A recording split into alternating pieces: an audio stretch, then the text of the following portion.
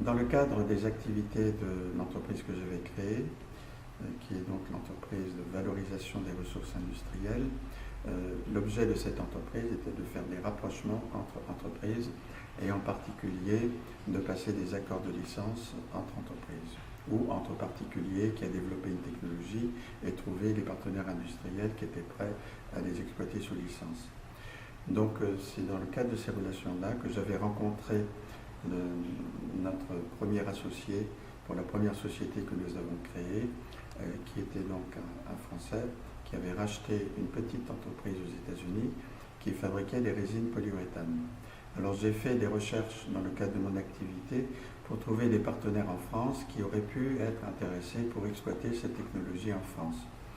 Bon, au bout du compte, j'ai vu non pas qu'il n'y avait pas d'intérêt, mais que c'était vraiment un domaine très très particulier et je n'avais pas trouvé auprès des contacts que j'avais pris les entreprises réellement intéressées pour exploiter cette technologie. Donc nous avons décidé de créer ensemble une entreprise qui s'appelait à l'époque ATR, qui veut dire Applications et Techniques de Revêtement, pour pouvoir promouvoir,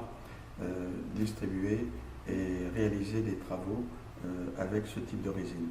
Alors ces résines-là, les seules applications qui étaient connues à l'époque,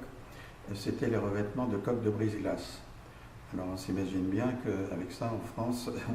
on se doute bien qu'on ne va pas aller bien loin, encore qu'il y a des bateaux qui sont construits, je crois, et qui vont dans les mers,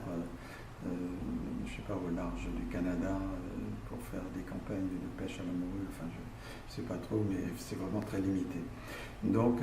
on a essayé d'exploiter les caractéristiques de cette résine pour développer d'autres domaines d'emploi,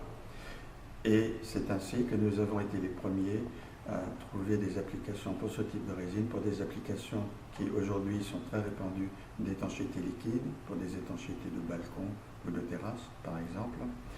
Et nous avons également développé des applications de nos résines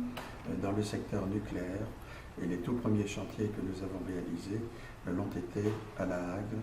à l'époque pour Cogema, maintenant Areva NC.